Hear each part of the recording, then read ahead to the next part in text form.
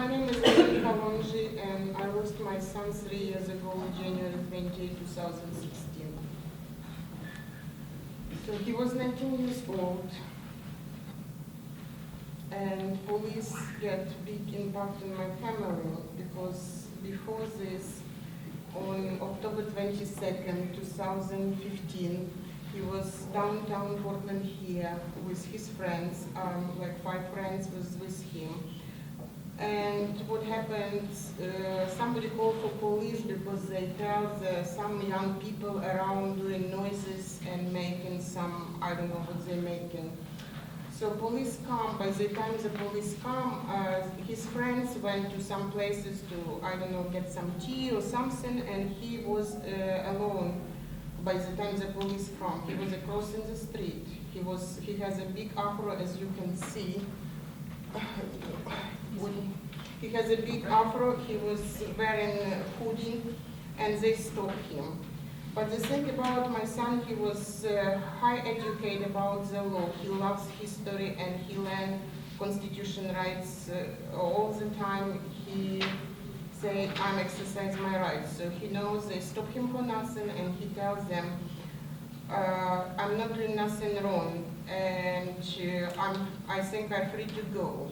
But they make it mad because they say to him, as I read in the report, are you thinking you are a lawyer? Come here, now you are arresting.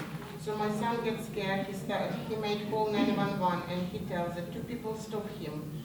And 911, I have this voice, I have recorded this 911, not me, I actually asked to send me what happened. And it say, he called and he said, 2 people stopped me on the street in downtown Portland. I'm not doing nothing wrong. They did not show me their badges. And if they in uniform, they ask him, yes. But he say anyone can be in uniform. They need to represent, and they stopping me. So that makes them mad. And his friend who was coming back, and he tell his friend, please, can you video this? And one of the policemen put his hands on their gun and said, don't even think about it. So they arrest my son this time. And they arrest unlawful call 911 was his charges. And when he started to tell them his rights, they beat him. And this arrest caused PTSD. This night he did not come back home. That the boy never left home when he did not tell me where he goes. And this night I was starting to worry about him, and I get a call in the morning, and but I miss this call, so, and it says Multnomah County Jail or something like this, so I get so scared. I call back and I ask, why are you calling me? And they say, is your Christopher your son? I say, yes, he's my son. He get arrested. I get shocked. Christopher cannot be arrested. He's never, ever, breaking the rules or doing something wrong. I like, are you sure? Yes, ma'am. I like, for what you arrest him? We cannot tell you right now, but now he's going home. He's okay, but he was not okay. Since his arrest, I see my son changes. I see he gets scared. I see he's scared to go outside. He locked himself in the rooms. He did not go outside without friends. And I asked him, Christopher, what's going on? And he said, Mom, everything okay, don't worry. It was unlawful arrest, and I'm going to fight this. I'm going to fight this. And I say, you cannot do by yourself. He said, yes, I can do. I know my rights. And since it was October 15, and I asked him, do you have a court for this? He said, no. I like, how you cannot, they drop it. He wants to protect me. He did not tell me the truth. He always grew up, like, I can solve my problem. But January come, and on January 25th, my friend called me. He said, do you know Christopher has a court in January 28th? I was like, no, I don't. How do you know? He said he called me and he asked me to take to court, but he asked me don't tell you, but I cannot. So I start to asking him, do you have a court? Yes. I say, okay, I'm going with you. He say, whatever you want. And I start to worry because his behavior starting, shows that he has a problem now. So what I did, me and my husband, we wrote letter to judge. I went and found out who his judge. And I described him what happened with my son, and I asked him to move this court. He cannot come. And I didn't get any answer about this. So the night from January 27 to 28, my son did not sleep, and I can hear him walking in his room. And I started to worry, but morning coming, my husband left, and he come to me, and I see he's getting this panic attack. He say, "Mom, you know they are gonna kill me." I'm like, "No, we're going together to court, and I will be with you, we will fight." "No, Mom, if we go to, I'm not going to court. If I go to court, they arrest me in court, and they kill me in jail, and you even did not know what happened to me."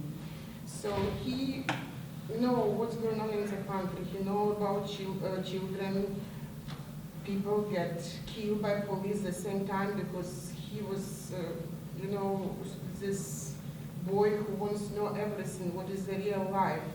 And he started to talk to me about how our rights was put down, how they arresting us for nothing, how they taking money from people, how they beat people, and I see he's just like getting more excited, this panic. So I call my husband, I say, "Can you come back, can you come back? I cannot handle this situation." And I call my friend, who was his martial art teacher, who he trusts. I will call him to come and help us to calm him down. And, I know something going on with him. And I know it was because it was court day, and he just get his PTSD over the rage. So they say we're coming. Everybody say we're coming. By the time they come, my son locked himself in his room, and he called 911 because then when my husband come to the house, he can hear how he's talking to 911. He says, "They're coming to kill me. I'm afraid for my life. Please help me, help me." And he was just yelling, "Help me, help me." So all neighbors started to come to my house. "What's going on? What's going on?" And he like, "Call 911, I need help. You know me, I grew up here for 15 years. You know me, I did not do anything wrong. I have all people." And here it is. We cannot get him from the room. Police coming. Come, maybe 5 come. And all that I can do, I'm running outside because my son locked himself in his room, take his clothes off, put himself in the window on the 2nd floor, and I'm coming out to talk to him. And I'm bugging him and say, "Christopher, come out, I want to help you. I love you, please come out." And he just was not stoppable. "They're coming to kill me, they're coming to kill me," and here's police coming.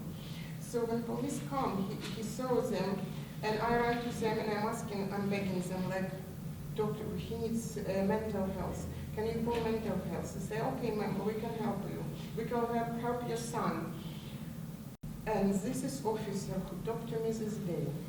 I beg him, take time, take time to talk to my son.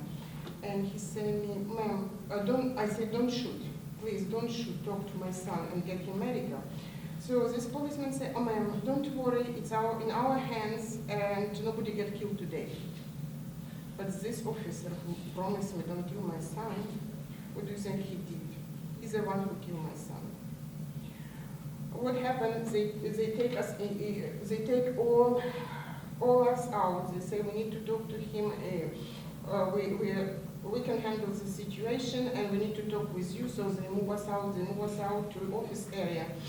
My husband, me, our friends, they move because they explain, they want to know about our son more to help him, his personality and everything. So they move us and they starting to talk to my son, and I'm asking, "Is the mental health here?"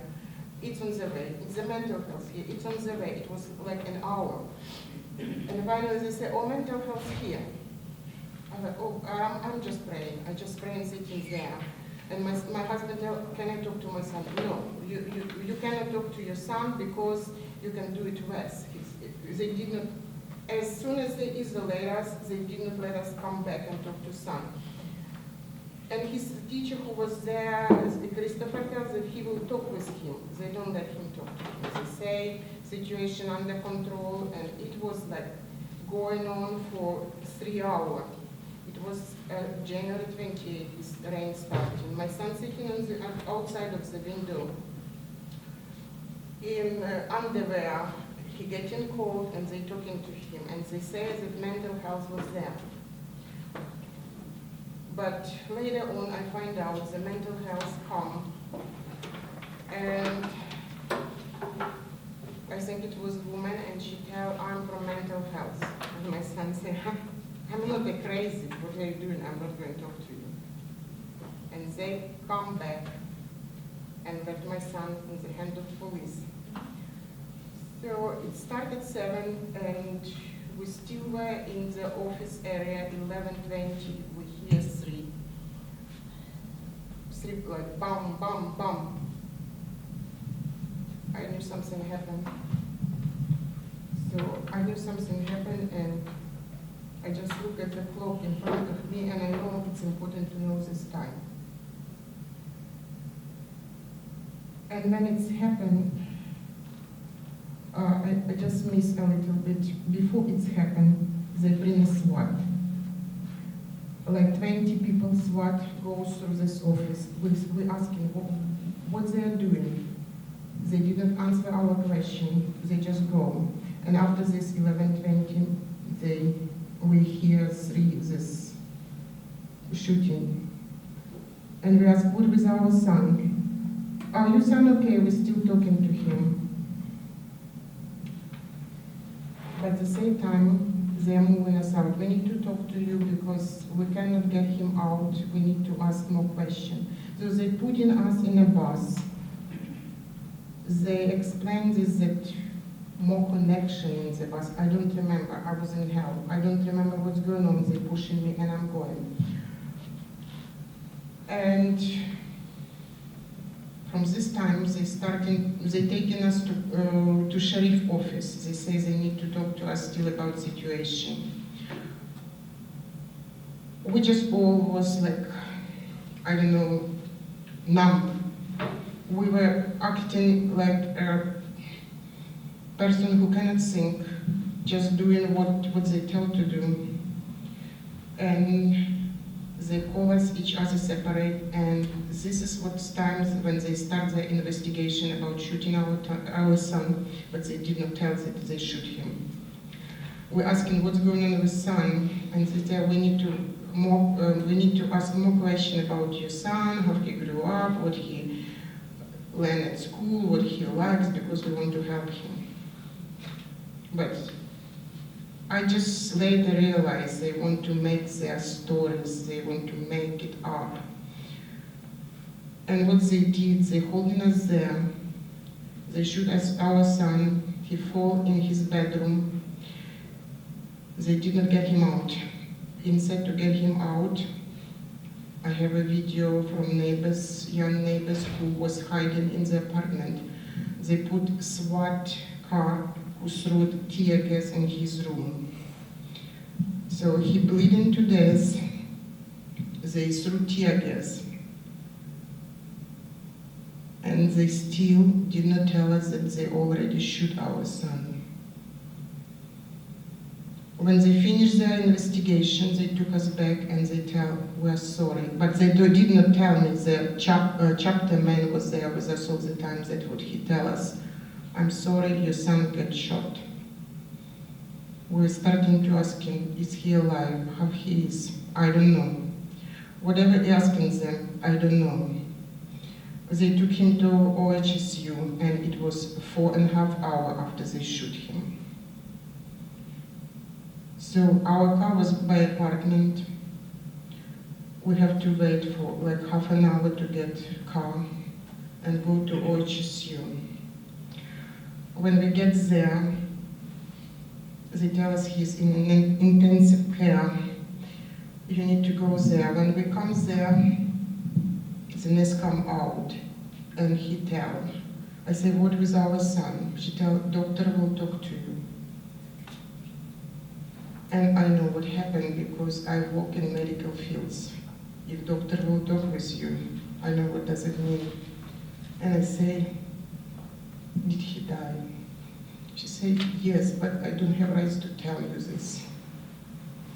So 10 minutes before he still was alive. So doctor said, we did everything what we can do. I'm sorry. We did everything what we can do, but he lost a lot of blood. If they bring him a little bit early, he will be alive. A little bit early. He fought for his life. They did not help. They did not try to help. So we came and we see our son. I cannot stay there. I just cannot believe what's going on with us. I was like in a horror movie. I just don't realize what's going on. So after this, we have to back to, next day we have to back to our apartment. We spend the night in our friend's house. And the second what it was, our oldest son was in prison this time. And we were so scared to tell him this. We don't know how to tell him. At 11 o'clock this day, we get a call from him. And you know how it's in prison. You cannot call after 9 o'clock. But our son called, and he just said, Mom, it's Chris, right? I cannot talk. I said, talk to your dad. What happened? He saw news. They did not tell a name because we don't allow them to tell his name because we don't want his grandma knows this from the news. We want to talk to her person. So my oldest son hear news, but they lied. They was lying that he has us as hostages. They were lying that he killed himself. They were lying about all situation in the house.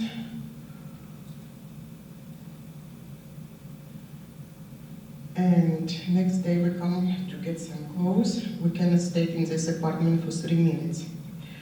Tear gas was filled of this house. We have to come in and out, just grab some clothes. And we were with our friends there, so what happened, he stayed in the Christopher bedroom door, that I cannot come in there. He didn't let me come in there. Why he did it? Because when he saw all this blood of my son in his room, he just don't want me to go there. But I see it next day. And I just, I just feel that I cannot allow myself, if I don't fight for this, I feel I cannot allow any mother lose their child the way that I lost. And it was not it was the way that you can feel in your life when you lost your child. But what apartment tell us when they see us in a couple of days, when are you going to move out? I say, I need to bury my son. They say, okay, so a week it's enough. I say, I don't have money to bury my son. They say, but our management wants you to move as soon as you can. So they kick us almost on the street. Thank God see us. We have a good friends who can take us, and give us a home. And all after this, they send us to pay for all damage that they did to apartment.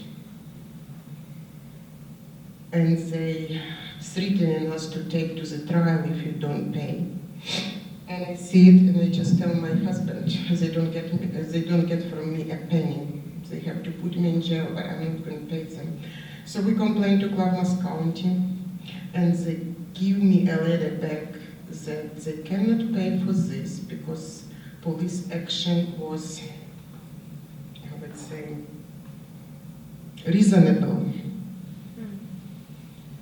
And police action, how they say, it's kind of, they did all right. Just, it means they did all right. So I say, no, I'm not gonna pay for this. So we get on the street and we bury our son with help of people, and we went to get his death certificate. And this certificate says that he shot by corpse, but his death suicide when a boy begged for life. His death was suicide. So it was not all story, I will be short. I know it takes time. DA, they call us to talk. They call us to talk with my husband. They say on March 3 will be grand jury. We come and he tell, if you want to justify, you can come to grand jury. So my husband starting to ask questions. How was killed my son, why he was killed, and all other questions, and they tell, before grand jury we cannot answer this question. But guess what happened? Before grand jury, Oregonian put a big article about death of my son with all details that I talked with police, but other way, the way they need to put it, not what I say. And the only things they can get it from DA office. And he say, grand jury will be on the 3rd of March. You can come in the morning or afternoon, or a police officer for shoot your son can come in the morning. It depends how you decide, but just think how they feel when they kill someone. That's what we don't want to see them. He did not tell me how I feel. He tell me, think me, how they feel to killing my son. And when I asked to, after grand jury, that get justified as usual, as normal for the system, they tell me they don't have any paper because grand jury not required to be recorded. So I was thinking hard, how is grand jury going on? What evidence DA bring into grand jury that they justify death of my son?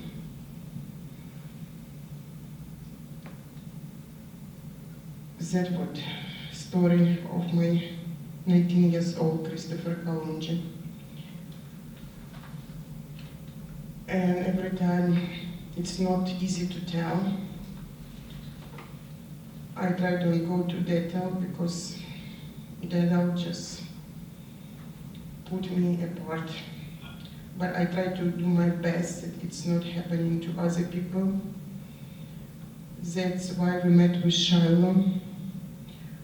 And we decide that it's not easy way to go alone. We need to get people who are on the same road with us. And we can make changes, and we're asking people, we go to people. DA, this is the first step to justice system. But if they justify murder of our children, something wrong with them.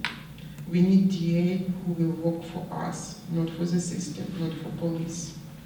So, and many people usually don't know that we vote for them. We decide who will be DA.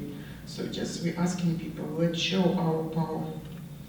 Let's show that we need progressive DA who will think about us as a human being, not as a target. That's what we hear, and thank you for everyone who come, who spends this time with us. I know there is better things to do, but you're here, and we're really thankful all of you and each of you here. Thank you.